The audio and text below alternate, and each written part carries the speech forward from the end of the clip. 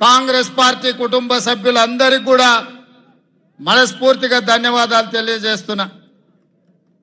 మిత్రులారా, ఈ కార్యక్రమంలో షాద్నగర్ ఎమ్మెల్యే ఈర్లపల్లి శంకర్ గారు, జడ్చర్ల ఎమ్మెల్యే అనిరుద్ రెడ్డి గారు, మహబూబ్ నగర్ శాసన సభ్యుడు మిత్రుడు ఎన్ఎం శ్రీనివాస్ రెడ్డి గారు, దేవరకద్ర శాసన సభ్యుడు మధుసూదన్ రెడ్డి గారు,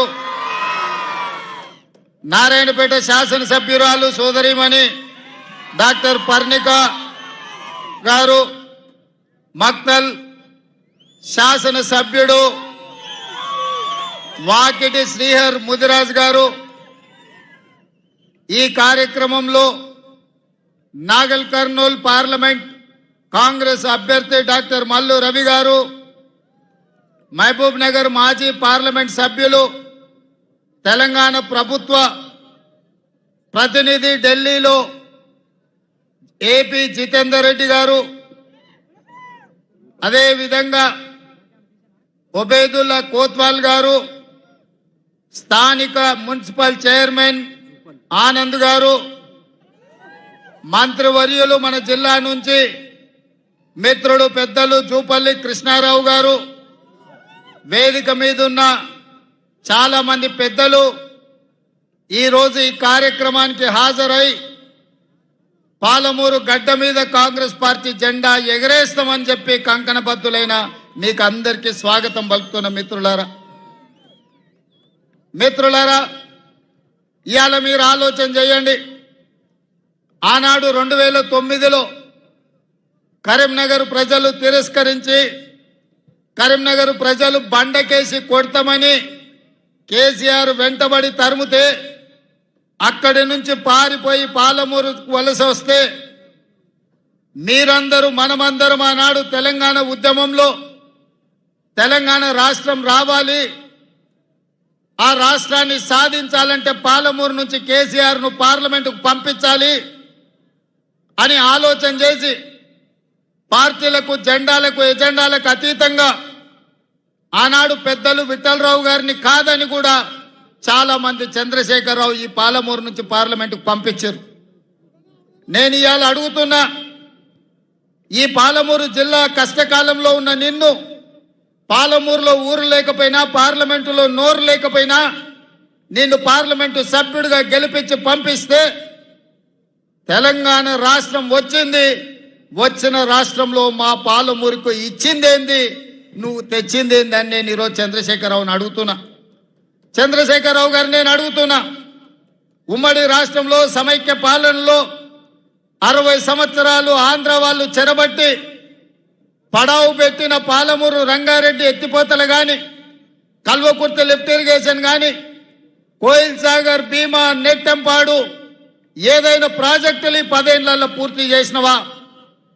ఏదైనా పరిశ్రమలు మా పాలమూరుకు తీసుకొచ్చినవా?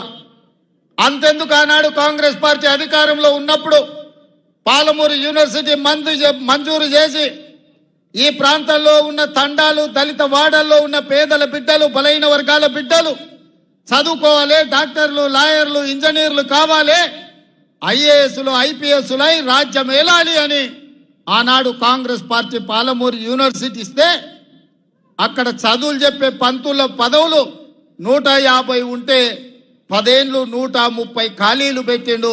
యూనివర్సిటీ పేరు మీద పంతులు లేకపోతే పిల్లలు చదువుకునేది ఎట్లా అని చెప్పి నేను చంద్రశేఖరరావును ప్రశ్నిస్తున్నా. మా ప్రాజెక్టులు గట్టలే, కృష్ణానది మా పక్కనే పారుతున్నా, మా జూరాల ప్రాజెక్టు పూర్తి చేయకుండా, మా పాలమూరు రంగారెడ్డి ఎత్తిపోతల పథకాన్ని పూర్తి చేయకుండా ఇవాళ మా రైతులు వలసలు పోతుంటే నువ్వు ఆనందంతో నీ రాజ్యం నడుపుకున్నావు తప్ప మాకేమన్నా ఇచ్చినవా? మాకు చదువుకుల్లో సహకరించలే, మాకు ఉద్యోగ ఉపాధి అవకాశాల్లో సహకరించలే, మా ప్రాంతానికి పరిశ్రమలు తీసుకురాలే. మళ్ళీ ఇవాళ పనులు ఇగిలించుకుంటూ వచ్చి మాకు ఓట్లు వేయండి, మేము పనులు ఇగిలిస్తాము, పార్లమెంట్లో పోయి గుర్రు పెట్టి నిద్రపోతామని అంటున్నాడు. నేను ఒక్క మాట అడగదలుచుకున్నా.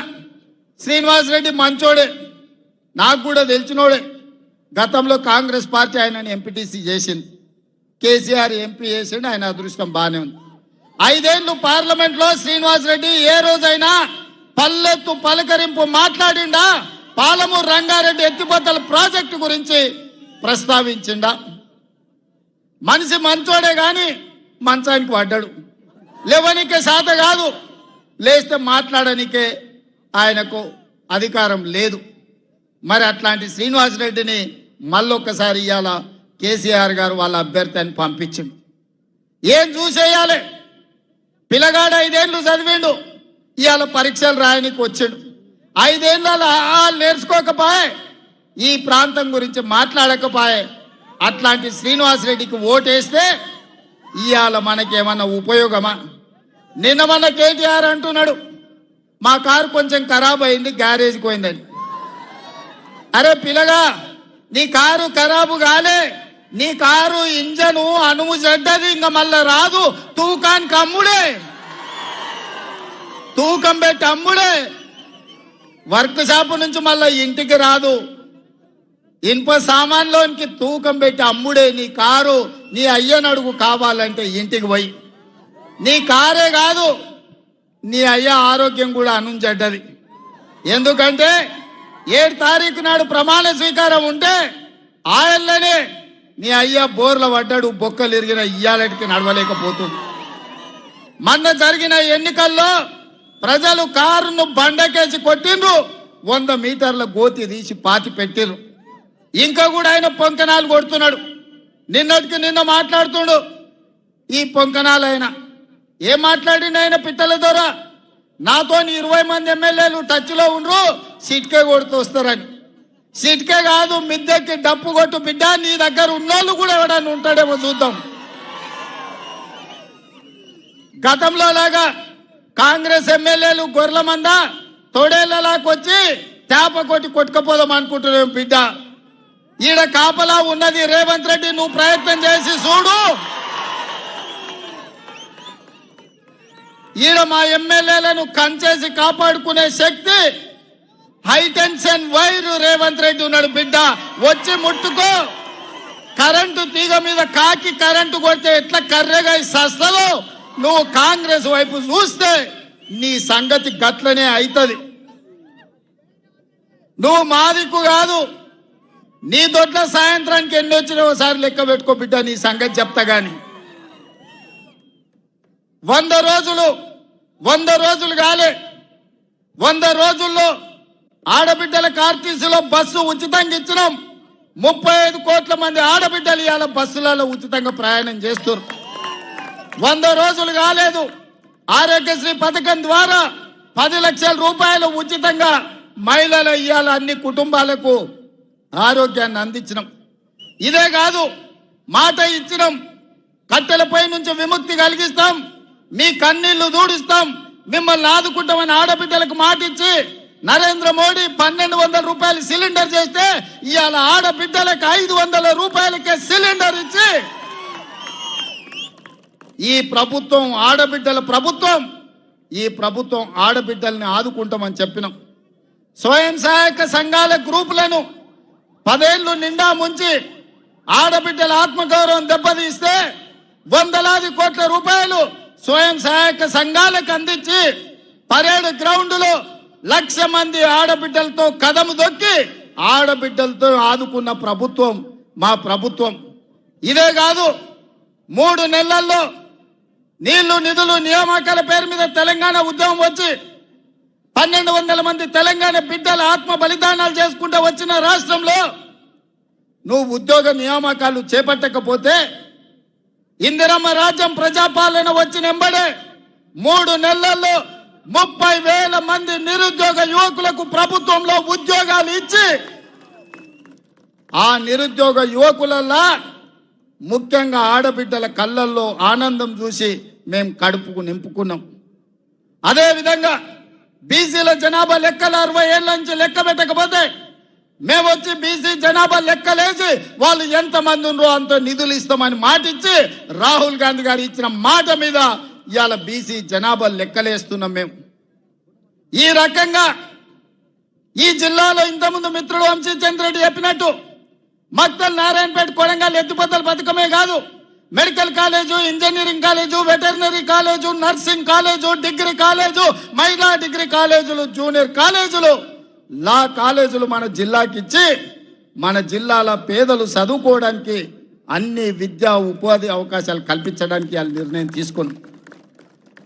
100 రోజుల్లో 10,000 కోట్ల రూపాయలు ఈ పాలమూరుకు మంజూరు చేసి పాలమూరు రంగారెడ్డి ఎత్తిపోతల పథకానికి 45 టీఎంసీల నీళ్ల కేటాయింపే కాదు 30,000 కోట్ల రూపాయలు కేంద్ర ప్రభుత్వం నుంచి రాబట్టడానికి కేంద్ర ప్రభుత్వాన్ని ఒత్తిడి చేసి ఇవాళ పార్లమెంట్లో మేము కొట్లాడుతున్నాం. ఇన్ని పనులు ఈ పాలమూరు జిల్లా కోసం మేం చేస్తుంటే ఇవాళ ఈ పాలమూరులో కాంగ్రెస్ను ఓడగొట్టాలి అని చెప్పి గద్వాల గడీల నుంచి దొర్సాని బయలుదేరింది. నేను ఒక్క మాట అడగదలుచుకున్నా మిత్రులారా, నేను ఒక్క మాట చెప్పదలుచుకున్నా. గద్వాల గడీల దొరలకైనా, గజ్వేల్లో ఫామ్ హౌస్ దొరలకైనా మీ ఫామ్ హౌస్ల ముందల, మీ గడీల ముందల బానిసలుగా మేము బతకదలుచుకోలేదు.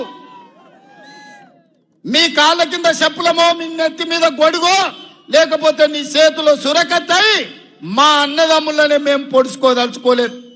మీరు అనుకుంటుండొచ్చు గతంలో లాగానే ఈ పాలమూరు బిడ్డలు మీ కాళ్ళ కింద చెప్పులుగానో, మీ నెత్తి మీద గొడుగలుగానో, మీ చేతిలో సుర కత్తులుగానో మారి మమ్మల్ని మేము పొడుచుకొని చేస్తే మా శవాల మీద మీరు గద్దెనెక్కాలని కలలుగా అంటుండ్రేమో. మీ జాతకం, మీ రంగు, మీ నీతి, మీ జాతి మేము గుర్తించడం, మిమ్మల్ని పండబెట్టి తొక్కి పార్లమెంట్ కాంగ్రెస్ పార్టీ అభ్యర్థిని పంపించే బాధ్యత మా కాంగ్రెస్ పార్టీ కార్యకర్తలు తీసుకుంటారు. నేను అడుగుతున్న మిత్రులారా, 70 ఏళ్లలో మన జిల్లాకు ఒక్క అవకాశం వచ్చింది. ఈ 70 ఏళ్లలో మనకు 1-6 మంత్రి పదవి ఇవ్వడానికే ఎన్నోసార్లు మీన మేసాలు లెక్కబెట్టారు. ఆనాడు తెలంగాణ రాష్ట్ర సాధన కోసం డాక్టర్ జిల్లాలో చిన్నారెడ్డి మొదలుపెట్టిన తెలంగాణ ఉద్యమకారుడు తెలంగాణ రాష్ట్రం వచ్చినాక కూడా చానేండ్లు మంత్రి పదవి ఇయ్యలే. కానీ ఇవాళ ప్లానింగ్ కమిషన్ వైస్ చైర్మన్గా మనం ఇచ్చి వారిని గౌరవించి ప్రభుత్వంలో భాగస్వాములను చేసినాం. ఓబేదుల్లా కోత్వాల్ది మైనారిటీ కమిషన్ చైర్మన్గా ఈరోజు ఒక మైనారిటీ సోదరునికి ఇవాళ అవకాశం ఇచ్చినాం.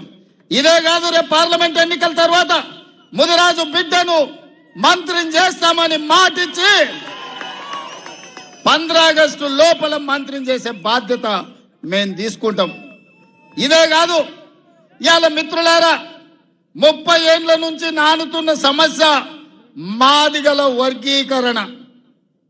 మాదిగ ఉపకులాల వర్గీకరణ కోసం పార్లమెంటులే కాదు సుప్రీంకోర్టులో కొట్లాడి వర్గీకరణను సాధించే బాధ్యత నాది, మా మిత్రుడు సంపత్ కుమార్ అని చెప్పి నేను ఈరోజు చెప్పదలుచుకున్నా.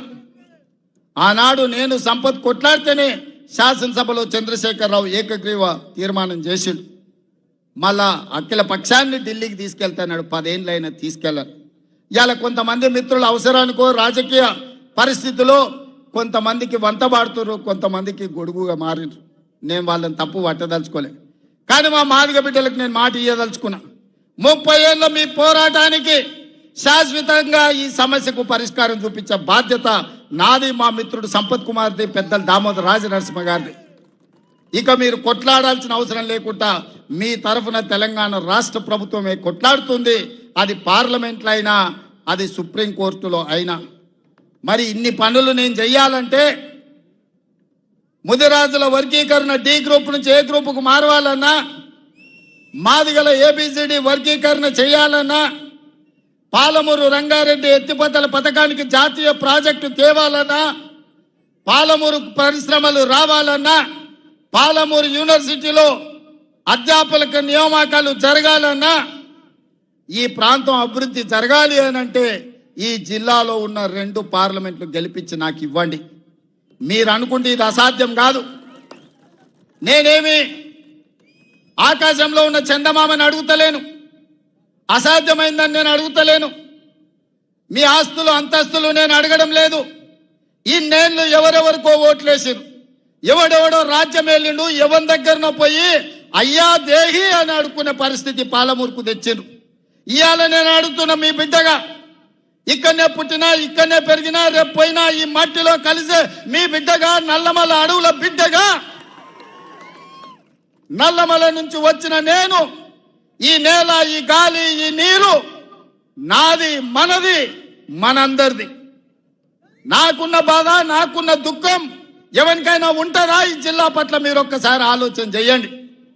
ఎన్నడైనా ఎంతెత్తుకు ఎదిగినా ఢిల్లీకి రాజైనా తల్లికి బిడ్డ అన్నట్టే నేను ఈ పాలమూరు బిడ్డను, ఈ పాలమూరును అభివృద్ధి చేసే బాధ్యత నాది. మరి నా తరఫున, మీ తరఫున ఢిల్లీలో నేను చెప్పిన పనులు చక్కదిద్దనికే నాకు సొంత మనుషులు కావాలి కదా, మన వాళ్ళు కావాలి కదా. మట్టి పోయినా ఇంటోనే పోవాలని పెద్దలు చెప్పారు. మరి ఇంత పెద్ద సమస్యల్ని పరిష్కరించాలంటే పార్లమెంటులో మన బిడ్డ, మన ప్రభుత్వం చెప్పినట్టు పనిచేసే వాళ్ళు కావాలన్నా వద్దా ఒకసారి ఆలోచన చేయండి. ఇవాళ ప్రభుత్వం మనది, ఇంకా 4.5 ఏళ్ళు మనం ఉంటాం.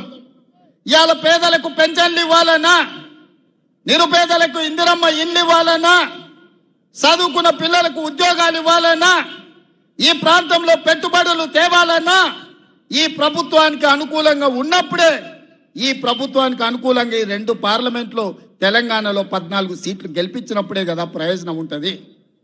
ఇవాళ అధికారం మన చేతులుంది, ప్రభుత్వం మన దగ్గర ఉంది. మన శత్రువు చేతుల కత్తి పెడితే వాడు పక్వాన్ని పడవాడు, మళ్ళీ మనల్నే పడతాడు, మన కడుపులనే పొడుస్తాడు. అరుణమ్మ మోడీ ప్రభుత్వంలో చేరింది. కేసీఆర్ దగ్గర చాలా మంది తాబేదారులు ఉన్నారు. 10 ఏళ్ల నుంచి కేసీఆర్ ముఖ్యమంత్రిగా ఉండే కదా మొన్నటి వరకు. ఈ 10 ఏళ్ళు నరేంద్ర మోడీ ప్రధానమంత్రిగా ఉండే కదా. మరి మొనగాళ్ళు వాళ్ళ దగ్గరికి పోయి మన పాలమూరుకు 10 పైసలైనా తెచ్చిర్రా, పాలమూరు రంగారెడ్డి ఎత్తిపోతల పథకానికి జాతీయ ప్రాజెక్టు తెచ్చిండ్రా? అది మాత్రం తెలియలేదు అరుణమ్మ, కానీ ఆమె మాత్రం జాతీయ ఉపాధ్యక్షురాలు పోస్టు తెచ్చుకున్నది. రేపు అరుణమ్మ గెలిస్తే గడిలో ఉన్న వాళ్ళ బంధువులకు మేలైతుంది, పదవులు వచ్చిన ఆమె కుటుంబానికి మేలైతుంది తప్ప పాలమూరుకి ఏం న్యాయం జరుగుద్దో మీరు ఒక్కసారి ఆలోచన చెయ్యండి. అందుకే ఇవాళ మిత్రులారా, వాళ్ళిద్దరు కలిసి ఒక ఆయన 10 ఏళ్ళు ముఖ్యమంత్రి ఉన్నాడు, ఇంకొక ఆయన 10 ఏళ్ళు ప్రధానమంత్రిగా ఉన్నాడు. 10 ఏళ్ళు వాళ్ళు ఏమి చేయలేదు, పాలమూరుని ఎడారిగా మార్చి 100 రోజులు కాలేదు మన ప్రభుత్వం వచ్చి, ప్రజాపాలన వచ్చి ఏమి చేయలేదు కాబట్టి ఓడించారని అడుగుతారు. ఇది న్యాయమా? మీరు ఒక్కసారి ఆలోచన చేయండి మిత్రులారా. పిల్లగాడు నడవాలన్న 1 ఏడాది అవుతుంది. మన ప్రభుత్వం వచ్చి 3 నెలలు అయింది, ఎన్నికలు అయిపోయే వరకు 6 నెలలు అవుతుంది. 6 నెలల తర్వాతనే అన్నప్రాసన చేస్తారు, అవునా? అప్పుడే ఈ ప్రభుత్వం మీద శాపనార్థాలు పెడుతున్నారు. ఇక కేసీఆర్ మాటలు చూస్తుంటే అయితే పిట్టలతో ఎక్కువ తాత తయారైంది. ఆయన తండ్రికి తద్దినం పెట్టినోడంట, చిన్నాయనకు పిండాలు పెడతాడట కృష్ణానదిలో పోయి. నీ పార్టీలో ఉన్న ఎమ్మెల్యేలను చక్కగా ఏడుస్తలేవు, నీ ఎమ్మెల్యేలు నీ ఎంబడి ఉంటలేరు, ఎదురుగున్న పార్టీలో 20 మంది ఎమ్మెల్యేలు ఉంటాను అని చెప్తున్నావా? ఇంకా ఎన్ని రోజులు ఈ కథలు చెప్పి బతుకుతావు కేసీఆర్? నీ కథలకు కాలం చెల్లింది, నీ కారు అణం జడ్డి ఆడ షెడ్డుకు పోయింది. అందుకే మిత్రులారా, నరేంద్ర మోడీని చూసినాం, చంద్రశేఖరరావుని చూసినాం, ఢిల్లీలో మోడీని చూసినాం, గల్లీలో కేడీని చూసినాం. మొన్న డిసెంబర్లో కేడీని బొందబెట్టిండ్రు. ఈసారి మోడీని ఓడగొట్టి పాలమూరు పౌరుషాన్ని చూపించాలని చెప్పి మా మిత్రులందరికీ నేను విజ్ఞప్తి చేస్తున్నా. ఈ జిల్లా నుంచి ముఖ్యంగా ఇవాళ మనల్ని దొంగ దెబ్బతీయాలని బీజేపీ వాళ్ళు, బీఆర్ఎస్ వాళ్ళు ఒక్కటయ్యి మన వెనకంగా కుట్రలు చేస్తుండ్రు. అప్రమత్తంగా ఉండండి. మనం ఎట్లా గెలుస్తాం? 7 మంది ఎమ్మెల్యేలు ఉన్నారు, జిల్లాలో 12 మంది ఎమ్మెల్యేలు ఉన్నారు. మా సారే ముఖ్యమంత్రి ఉన్నాడు, మా అన్న ఏదంటే చేస్తాడని మన పిల్లలకినా ఊకున్నారనుకో, తాబేలు కుందేలు కథ అవుతుంది. కుందేలు లెస్స ఉరుకుతుందా అని తాబేలుతో పోటీ పెడితే కుందేలు పోయి మంచిగా చెట్టు నీడ చూసుకొని నిద్రపోయిందంట. తాబేలు ఆగకుండా నడుచుకుంటా ముందరికి పోయి తాబేలు గెలిచిందని చెప్పారట. ఇవాళ మా కాంగ్రెస్ పార్టీ కార్యకర్తలకు కూడా నా విజ్ఞప్తి ఒక్కటే, మనం ఉరకాల్సిన పని లేదు. మనల్ని నడిస్తే కూడా మనల్ని వీకెటోడే ఈ రాష్ట్రంలో లేడని నేను చెప్పదలుచుకున్నా. గల్లీలుండే కేడీ వచ్చినా, ఢిల్లీ నుంచి మోడీ వచ్చినా, ఈ గడ్డ మనది, ఈ అడ్డ మనది, అడ్డ మీద 3 రంగుల జెండా ఎగరేసే మొనగాళ్ళు మనోళ్ళు అని చెప్పి నేను స్పష్టంగా చెప్పదలుచుకున్నా. అందుకే ఇవాళ దేశంలో ఎక్కడి నుంచైనా మన రాష్ట్రానికి పిలుపు వస్తుంది.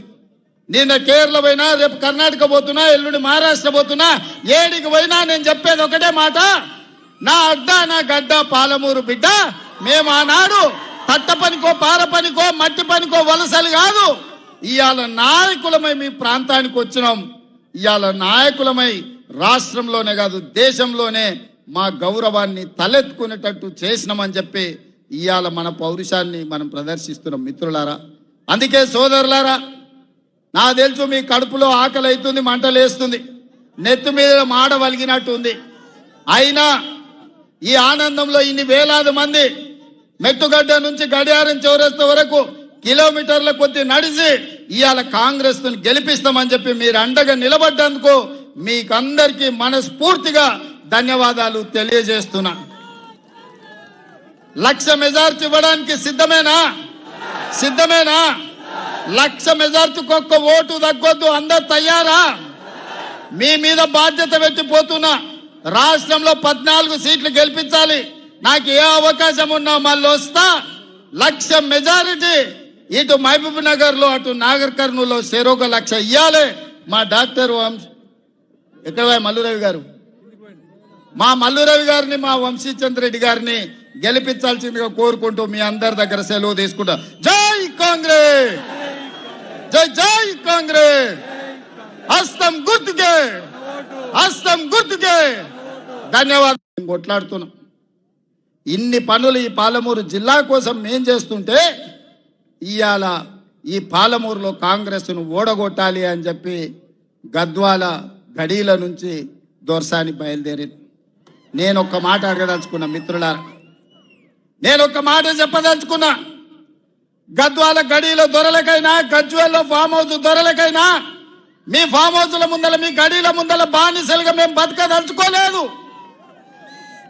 మీ కాళ్ళ కింద చెప్పులమో, మీ నెత్తి మీద గొడుగో, లేకపోతే నీ చేతిలో సురకత్తాయి మా అన్నదమ్ములనే మేము పొడుచుకోదలుచుకోలేదు.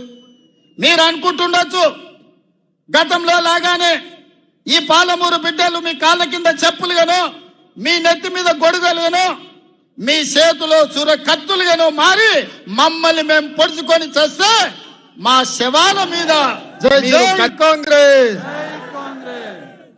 మిత్రులారా, ఈరోజు మెట్టుగడ్డలో బయలుదేరిన కాంగ్రెస్ పార్టీ సైనికుల పాదయాత్ర వేలాది మందితో బయలుదేరి గడియారం చౌరస్తలో మిట్ట మధ్యాహ్నం మండు టెండలు ఉన్న లెక్క చేయకుండా చల్లా వంశీచంద్రెడ్డిని గెలిపించడానికి కంకణబద్దులై విచ్చేసిన కాంగ్రెస్ పార్టీ కుటుంబ సభ్యులందరికీ కూడా మనస్ఫూర్తిగా ధన్యవాదాలు తెలియజేస్తున్నా.